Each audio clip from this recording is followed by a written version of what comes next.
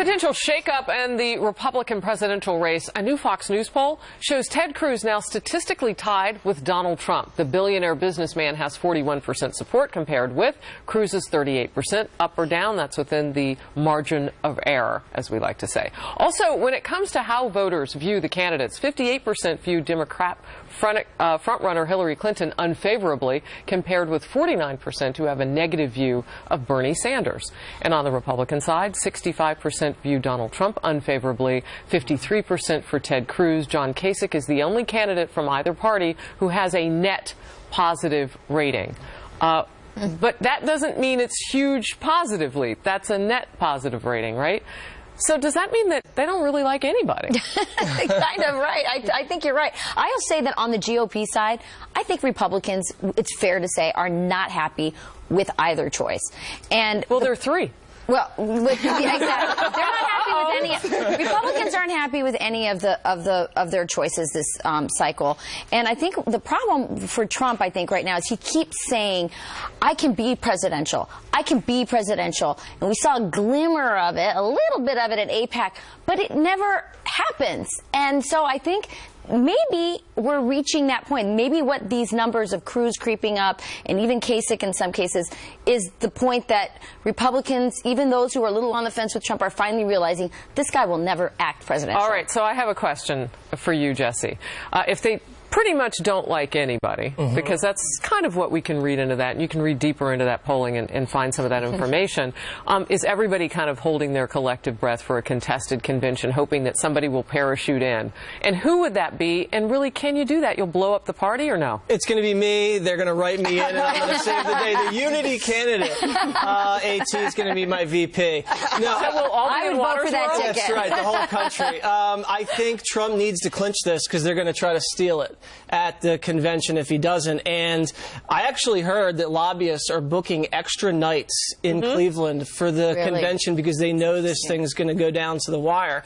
But if you look at the landscape, I think the states coming up are favorable for Donald Trump. You have New York, New Jersey, Oregon, Washington, Delaware, Maryland. I think he wins those and kind of sweeps in, and he's got the wind at his back at that point, and I just don't see Cruz catching up at this point. I'm looking at the Republican Party, though, Harris, and I can't help but think that, you know, there's this 1237 magic number. Now, I'm looking at this from the outside. I'm outside the Republican Party, but I'm thinking, to Jesse's point, you can come in if you want to. Thank you. That if Trump gets closest, then, you know, kind of go that way. Well, he's hoping that. That's what he's hoping. But I don't know that the rest of the party is on board with that. So I think if he's a delegate short, they're going to take that thing to the floor. That was nice of you to toggle and talk about the GOP, but your people aren't that popular either. They're not my people.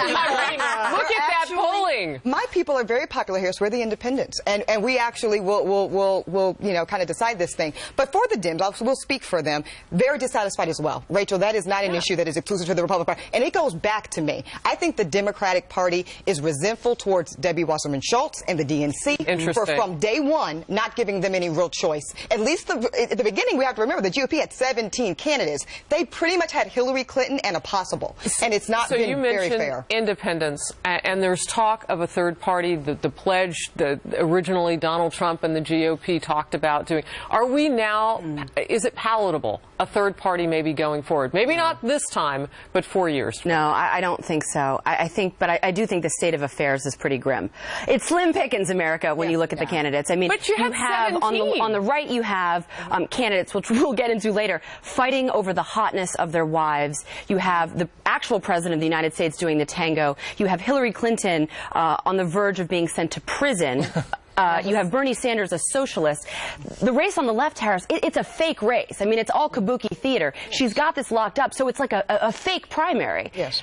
That we're talking about as if it's real. I mean, it's very bizarre. And it's insulting. I think it's insulting and it's bizarre, actually. Yes. And then on the right, I mean, the level of conversation that's happening is almost embarrassing.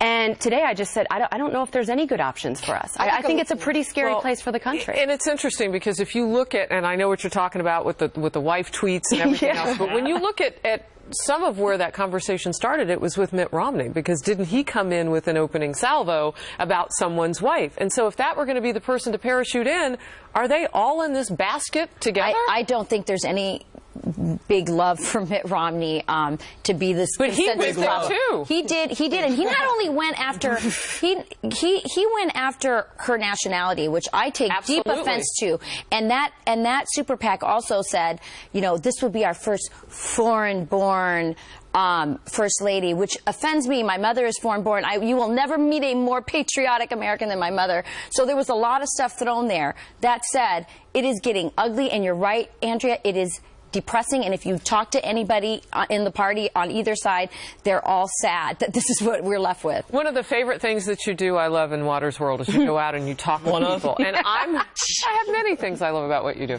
But I'm just wondering if people will start to wake up a little bit more. I know a lot of people you talk to have no idea who's running, and those videos are always really funny. We're going to wake up people one by one on the street. Really? That's how we're going to do it, one by one. 300 million. Well, you know, we had a big budget. That's a lot of Watters World. All right. Well, we are continuing to follow the investigation into what's happened in Brussels, the terror attacks, which killed 31 people, left nearly 200 injured, amid news that a federally funded effort to fight extremism in American cities is off to a very slow start.